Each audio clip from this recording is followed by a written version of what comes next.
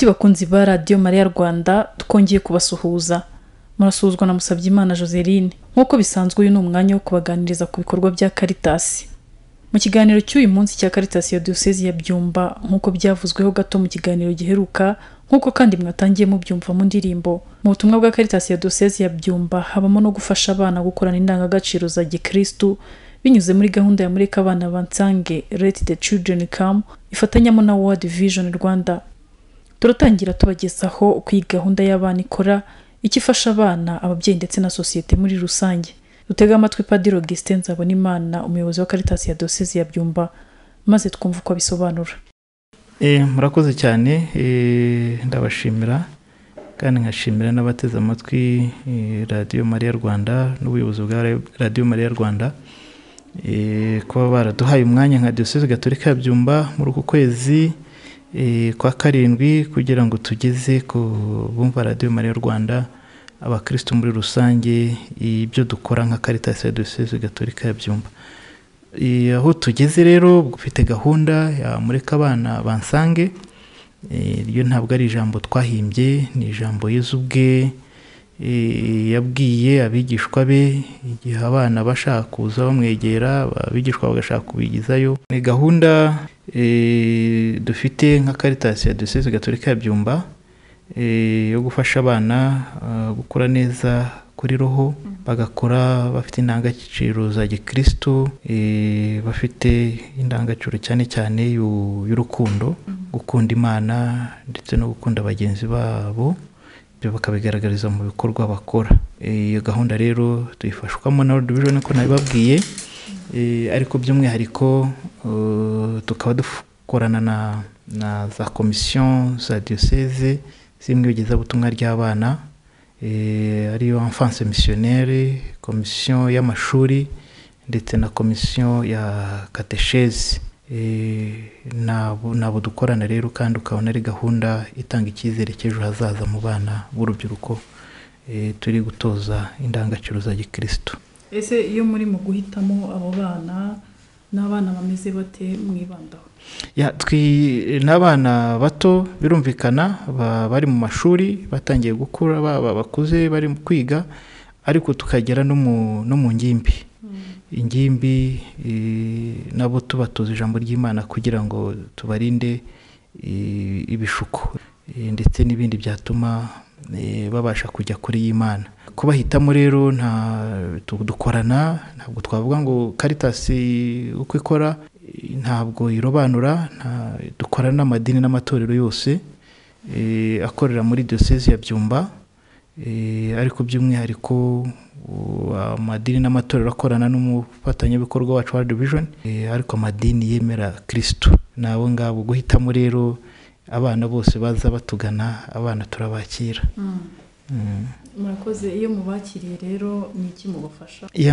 Icyo tubafasha dufatanyije mbere na mbere nababwira mu enfance missionnaire cyangwa se mu matsinda y'abana, tubahuza mu matsinda atandukanye, ibyo twakwita outreach. Ni iminsi mikuru abana bagira, tugahura nabo kugira ngo abana tubahuze, bagire ubusabane, bamenyane, abana bishimira ubwana bwabo, ariko cyane cyane ibyishimo bya Gikristo, bakanahabwa n'inyigisho zitandukanye bahabwa n'abapadiri n'abandi babitaho, bahabwa n'abapasiteri mu madini yabo, mu matorero yabo, tukanasangira nabo. Tuba dufite n'utuntu dusangira nabo ku minsi mikuru, cyane cyane kuri Noheli, kuri Pasika, ndetse ubu ngubu twashyizemo na Pentecost, ku buryo abana dusangira nabo, ukabona abana barishimye, bagasangira n'abapadiri n'abapasiteri, bagasangira n'abarezi babo n'abayobozi n'ababyeyi, ukabona abana barishimye kuri iyo minsi mikuru, cyane cyane abana baturuka hirya no hino mu maparuwase, mu byaro, ubona babyishimiye cyane.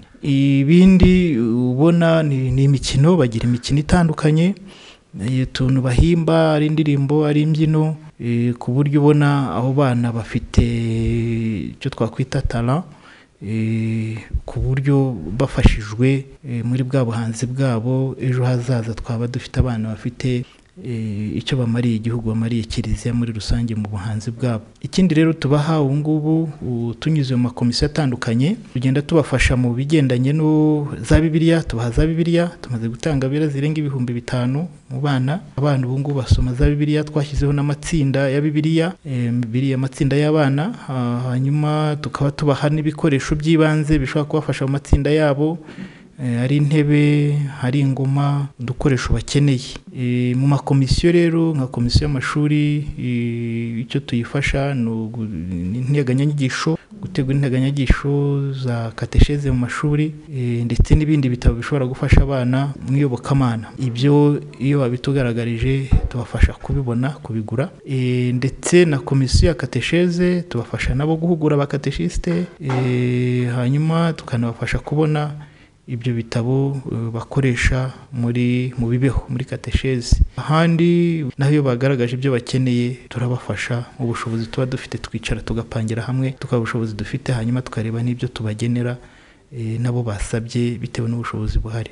Ari abapasiteri mu madini n'amatorero nabo bagaragaza ibyo bakeneye, ari ibyo bitabo by'indirimbo, ari za Bibiliya, n'ibitabo bakoresha mu nyigisho zabo. Ibyo nabo tubafasha kubibona kugira ngo babashe kwigisha abo bana. Ibyo nibyo dufashamo abana, ariko nanone tukagira n'igikorwa cyo gutoza abana ibikorwa by'urukundo, aho abana bagenda bakisuganya hagati yabo, bakagira ko batanga ikintu batanga. Ntabwo ari abo gufashwa gusa, nabo bafite umuco twabatoje umuco wo kugira ngo bafashe bagenzi babo, nabo bakagira icyo batanga, bakajya kureba bagenzi babo bari mu byago, bakagira inkunga babagenera. Ibyo bamaze kubigira umuco.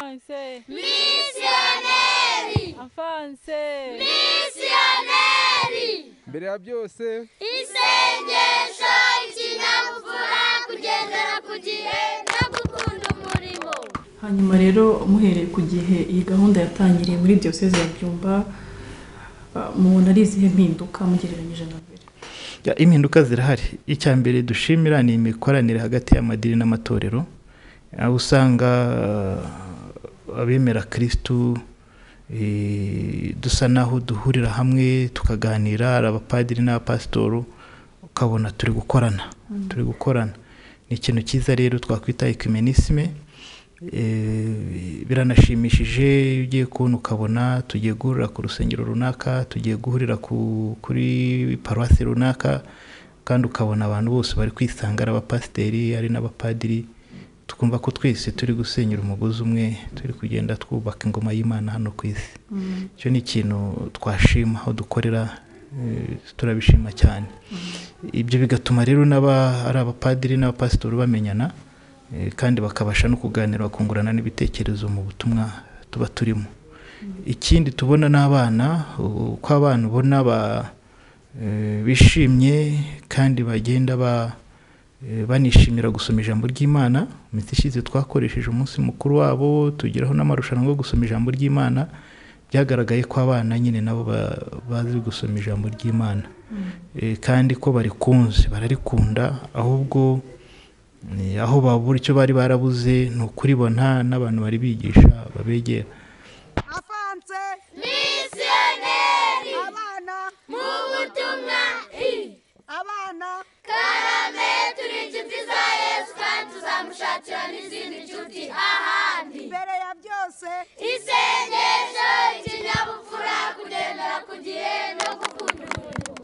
Izindi mpinduka tugenda tubonamo nuko turi kugenda tubona ibitabo byo gukoresha muri katesheze, ndetse no mu mashuri, ibitabo by'iyobokamana. Ibyo biri kugenda biboneka, uri kubona n'impinduka nziza. Nizera ko mu minsi iri imbere bizagira impact mu burezi ndetse no gutegura abana bahabwa amasakaramentu. Ikindi twavuga ko ari impinduka nanone nziza, icyo biri kugenda bibamarira nuko amatsinda y'abana turi kugenda tuyaha ibikoresho. Mukabona aho abana bakorera, babandi bagendaga bakicara hasi, turi kugenda tubabonera udutebe, udukeka. Babana batari bafite za Bibiliya barazibonye, n'ibitabo bakoresha.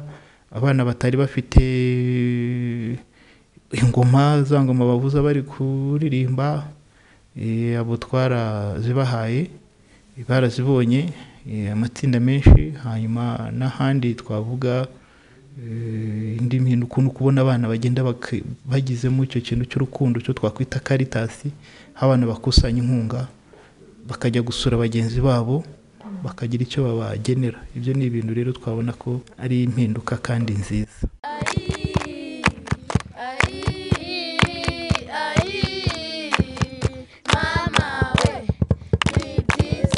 Abana bo mu madini n'amatorero akorera mu gice cya Buranga bishimira cyane uko bigishwa iyobokamana ndetse n'ubufasha bahabwa mu butumwa bwabo.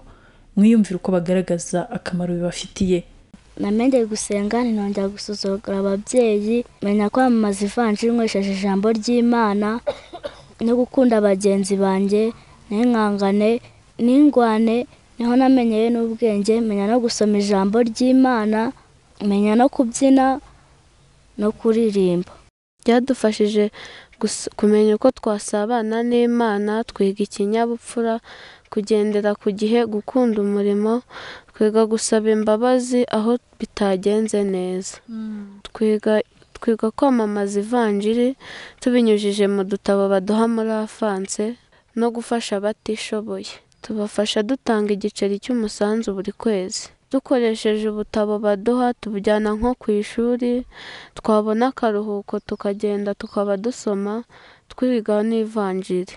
Tuzana abana bataba muri afanse tukabatoza n'imico myiza nk'uko natwe baba barayidutoje. Rero nje muri afanse banyigishije imico myiza nko gusaba imbabazi igihe nkoze icyaha. Iyo nakoreraga icyaha umuntu nahitaga mutuka, nkagenda nta mbabazi musabye. Ariko ubu ngubu muri afanse baranyigishije iyo mukoreye icyaha musaba imbabazi no gufasha ababyeyi banjye. Mbere y'ababyeyi banjye bambwiraga ngo mbafashe imirimo, nahitaga nigira ku rugo duturanye nkigira kwikinira. Ariko ubu ngubu ubwo ndemera nkabafasha, nkajya gukina mbasabye uruhushya kandi narangije imirimo bansabye kubakorera. Mbere nagumaga mu rugo sinige inkuru nziza, rero nagumaga mfite inyota yo kuzaza kureba ibyo bintu ukuntu bimeze, yo kureba ukuntu bigisha inkuru nziza. Nuko rero naraje mbona ari ibintu byiza. Byamfashije kubaha ababyeyi no kumenya kiliziya no gusenga nta buryarya. Kuza mu butumwa bw'abana byamfashije kumenya kubyina, kumenya kwamamaza ivanjiri mu bandi bana no kumva ijambo ry'Imana. Udutabo baduhaye utujyana ku ishuri, mwabona akanya cyangwa se mutari kwiga ubundi mugasoma mugakuramo ibibafasha. Afanse yatumye menya kubyina itorero, niga no guhereza. Naramanjije kubatizwa nkajya mpereza. Yanyigishije kubaha Imana, yanyigishije no kumenya kuririmba mu majwi, badushyize mu majwi. Nk'iyo ku ishuri wenda twabyinnye itorero, ubwo nanjye mba ndi muri nk'abana benshi batamura afanse akenshi ntabwo babimenya. Yari umwana ufite urukundo akarugaragaza mu dukino, urungano akarwigisha, abana twese tumukurikize. Abana twese twishime, twifitiye inshuti dukunda, Yesu Kristo wabivuze ku mugaragaro. Muri gahunda ya Mureka Abana Bansange hari imiryango myinshi yavuye mu makimbirane ibikesha inyigisho yahawe zizwi nk'umunezero mu muryango, Celebrating Families. Imwe muri iyi miryango itanga ubuhamya. Twumva Uwangendambizi Sylvestre ndetse na Mukakarara Philomene batuye muri Kageyo. Navaga mu rugo ngiye nko ku kazi, nataha ku mugoroba nkasanga umugore, inzira zose naciyemo naho nanyoye umusuru arahazi, nkasanga ubwo nyine byahindutse. ariko icyo kiganiro cyaje kudufasha nuko tubona ko ari cyo twakora. Ikintu cya mbere nabonye twakuye mu iyo nyigisho ni ikintu cyo gutegana amatwi mu rugo n'uwo mwashakanye, ugatega amatwi umudamu wawe mu gihe uvuye mu kazi runaka, dore ko tuba tutiriranywe, wagera mu rugo ukabasha kumutega amatwi, ukamera nk'umushyitsi, ukamubaza uko yiriwe, nawe akakubaza uko wiriwe. Ibyo bintu bibasha gufasha abantu. Ikindi cya kabiri navuga ni ikintu cyo kugira ikiganiro mu muryango, ari umugabo ari umugore n'abana, mukafata nk'umunsi umwe mu cyumweru, mukavuga ati isaha hari umunsi wo kuzajya duhura tukaganira. Aho hantu niho ukura ibibazo biba biri mu rugo iwawe. Hari igihe usanga umwana akeneye ikayi, cyangwa ugasanga umwana akeneye inkweto zo kwambara. Icyo gihe aho hantu niho hava gukemura ibyo bibazo. Kandi nanone ikindi twakuyemo yuko iyo tumaze kwicara gutyo tukaganira, niho hantu havamo n'uburyo bw'imikoreshereze y'umutungo, wenda nko ku mushahara w'akazi cyangwa n'uburyo mwejeje, mukabona uburyo mubasha kubijera kubera cya kiganiro muba mwakoze nk'umuryango. Nakongeraho n'uburyo bw'isengesho, n'isengesho tukarigira mu rugo iwacu, muri iyo nama njyanama tuba twafashe yo kwicara mu rugo tugashyiramo isengesho. Murakoze. Nanjye hari icyo nakongeraho. Ntabwo nari nzi gusaba imbabazi umugabo, ariko naje kujya mu ihuriro ry'ingo riranyubaka. Ubwo iyo ageze mu rugo mu buryo bwo kugarura umunezero mu muryango, mbasha guca makeya, nkamaza nkamutega amatwi nkabyumva. Namenye gushengerera kandi menya uburyo nayobora abana banjye mu isengesho. Ubu yadahari kuwa gatanu njye n'abana dukora isengesho. Ku munsi w'ihuriro ry'ingo ubwo mba numva yuko nameze n'umugabo wanjye, tukagenda ari sheri wanjye. Nawe yabaye umwana akurira mu muryango, atozwa imico myiza, akura yumvira buri wese. Twegereye Mukabasigaye Florence, umwe mu bigisha abana, maze tugaragariza igisabwa kugira ngo ushobore gufasha abana mu nyigisho bahabwa. Kwita kuri aba bana mu butumwa tuba dufite ni ukuvuga ngo njyewe ku bwanjye manza kumera nkabo, nkamenya buri cyiciro. Tugira ibyiciro 4, duhera ku myaka 2, 3, 5, tugarukira kuva ku myaka 3 kugera ku myaka 14. Muri iyo myaka 14 rero iyo bayirengeje guhera kuri 15 tubategura kujya mu rubyiruko. Ubwo rero guhera ku myaka 3, 2 tubashyira hamwe kugira ngo tubahe inyigisho zigendanye n'abana, no kuva ku cyiciro cy'imyaka 4 kugera kuri 7 tukabigira inyigisho zabo, no kugera ku myaka 14. Mbese buri cyiciro bitewe n'imyaka bagezemo n'ubutumwa agomba gutanga, buri wese tukabashyira mu matsinda. Ariko ayo matsinda iyo bayavuyemo tubahuriza hamwe mu nyigisho zitandukanye. Gusoza ikiganiro cya Caritas cy'uyu munsi, ntitwahwema kubagezaho icy'abana ndetse n'ababyeyi basabwa kugira ngo ubutumwa bukomeze kugenda neza. Mugaruke ku cyo muteganyiriza abana ndetse n'ababyeyi muri izi gahunda za Murika Abana Bansange kugira ngo birusheho gutera imbere mu bihe bizaza, ndetse mugaruke no ku butumwa mutanga muri rusange.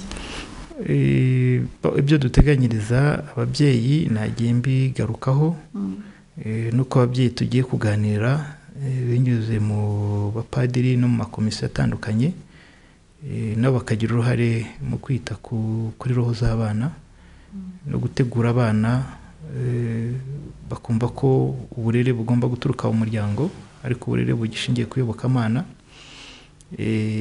Ikindi tubateganyiriza nk'ababyeyi nyine ni ukubahugura mu matsinda yabo, tukaba tubashishikariza kwitabira kategori aho bari ku maparuwase, ndetse no gushishikariza abana kwitabira izi nyigisho na gahunda za mureka abana bansange mu matsinda atandukanye.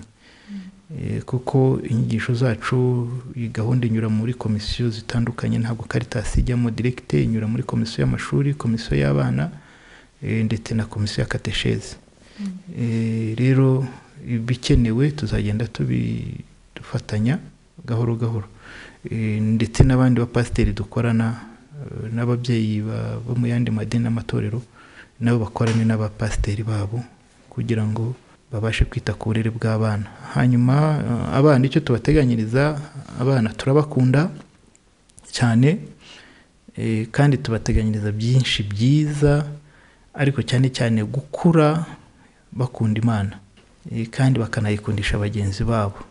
Abana bagakora bishimye kandi bakishimira ko ari abana b'abakristo bakunzwe na Yezu, bakunzwe na Kiliziya, bakunzwe ndetse n'amatorero yandi basengeramo. Abana rero icyo twabasaba ni ukwitabira ibikorwa bibahuza muri enfance missionnaire. Icyo tubasaba, mwitabire, bibeho, mwigira amasakaramentu, muhafatire inyigisho z'iyobokamana. Icyo tubashishikariza mu mashuri ni ugukunda isomo rya religion, isomo ry'iyobokamana, muryige. Mu minsi iri imbere duteganyaho dukorana nabo namwe amarushanwa yatangiye, ubu turashaka kugira ngo rwose mu marushanwa ari imbere muzabone ibihembo, muzajye muhembwa. Ibihembo birahari kandi bishimishije. Ubwo rero nibwo butumwa nabaha, kandi nsaba buri muntu wese kureka abana bakagana Yezu, bagasanga Yezu.